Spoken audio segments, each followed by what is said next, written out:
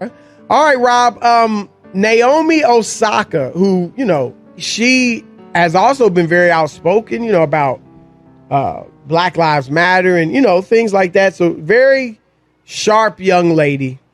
But Rob, and she's a 3-time Grand Slam champion.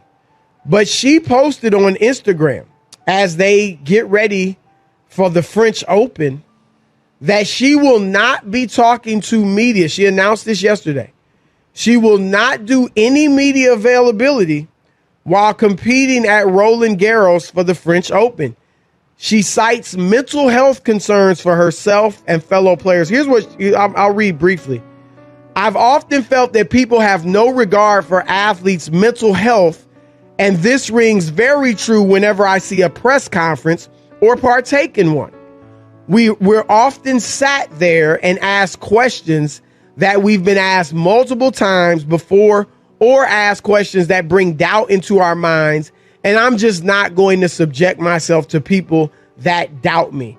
That's her explanation. She said a few other things, Rob, but obviously this hits close to home for us as journalists. But what are your thoughts on this?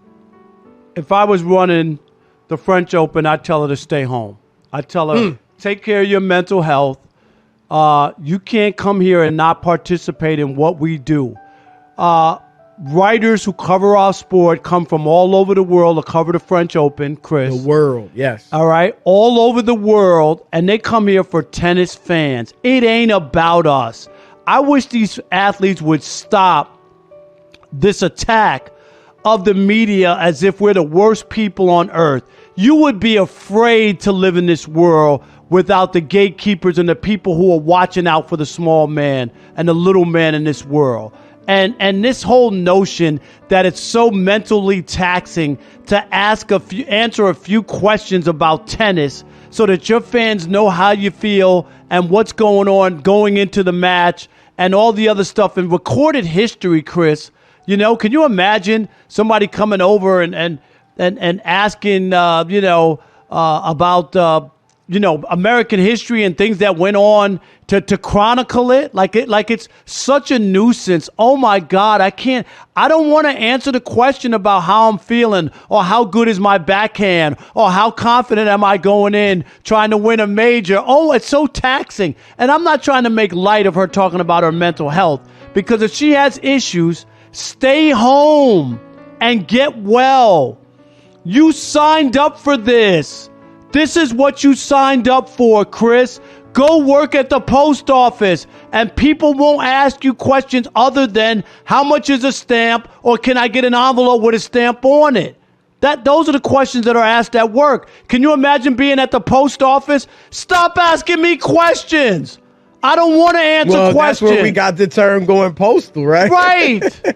But you know what I'm saying? Yeah. This comes with the job. I can't take it anymore. Really? It's that much of a nuisance that you can't answer a few questions? No, what, Chris? Come out, answer a few questions, and go on with your life. It's 10 or 15 minutes of your day. Is it really that taxing, Chris? You've been doing this for 25, 30 years. Is it that taxing? Come on. No, look, I'm with you, Rob. And I think there's a lot of things going on here. One, I think this generation, and if I sound like a bygone era, whatever, so be it. Go ahead. Hey, you kids, get off my lawn. Hey, you damn kids, get off my lawn. But we now people feel like there can't be anything troublesome. I can't go through anything tough. Don't say anything to me. Don't do anything that might offend me, because I'm entitled to just dance in the petunias and the flowers and all of that. Everything's great. Rob, I remember I was 8 or 9 years old, 7 years old, and I was about to start playing organized football for the first time.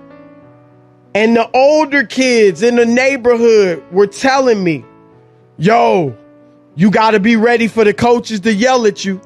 You got to be tough. You got to be, you're going to run. you're just telling you.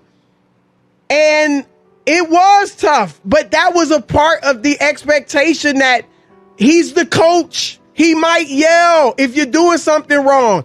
And I'm not saying that some of these old school coaches didn't go overboard and don't go overboard. But I am saying that we have to go through challenging times in life. And I just feel like, and this goes for Kyrie Irving too. But I'm going to say this too, Rob.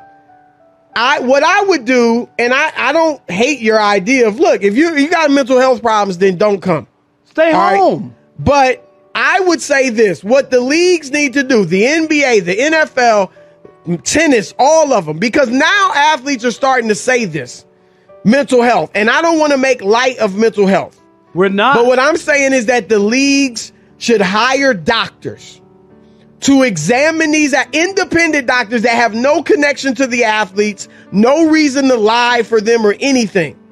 And you examine the athletes and determine, are they really suffering from mental health issues? And if so, maybe we'll say you don't have to, go see the media or whatever. Or maybe, like you said, Rob, you can't come. Right. If you're really dealing with a mental health issue, because being a little upset, being saddened by the way you played, being bothered by a question that a reporter asked you is not a mental health issue.